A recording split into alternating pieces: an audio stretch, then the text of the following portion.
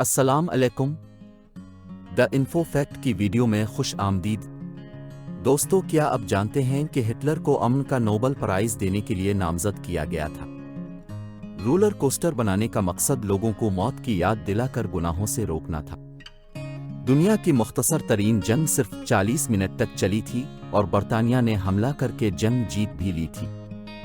آج کی ویڈیو میں یہ اور اس طرح کے اور دلچسپ حقائق آپ کو بتاؤں گا، تو ویڈیو کو آخر تک دیکھیے گا تاکہ کوئی انٹرسٹنگ فیکٹ مس نہ ہو جائے۔ تو چلیے ویڈیو کی طرف بڑھتے ہیں۔ نمبر 1، تاریخ کی مختصر ترین جنگ 38 منٹ تک جاری رہی۔ 1896 میں برطانوی تحفظ یافتہ زنجبار کے سلطان کی موت ہو گئی۔ ایک اور شخص نے برطانوی منظوری کے بغیر اقتدار سنبھالا تو برطانوی خوش نہیں تھے۔ کشیدگی اس وقت بڑھ گئی جب سلطان خالد بن برقاش نے عہدہ چھوڑنے سے انکار کر دیا، لیکن برطانوی جنگی جہازوں نے خالد کے فرار ہونے سے پہلے محل پر بمباری کرتے ہوئے 40 منٹ سے بھی کم وقت میں قبضہ کر لیا، جس سے جنگ کے بہت جلد خاتمے کی نشاندہی ہوئی۔ نمبر 2، رولر کوسٹر امریکیوں کو گناہ سے ہٹانے کے لیے 1800 کی دہائی میں ایجاد کیے گئے تھے۔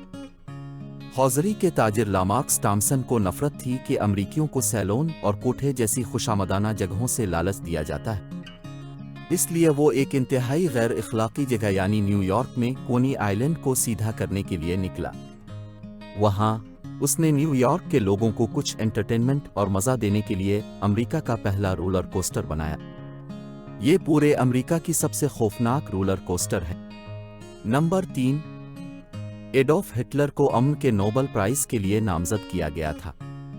پریشان نہ ہوں، 1939 میں نامزدگی کا خط بھیجنے والے سیاستدان نے مذاق میں ایسا کیا اور بعد میں اپنی نامزدگی واپس لے لی۔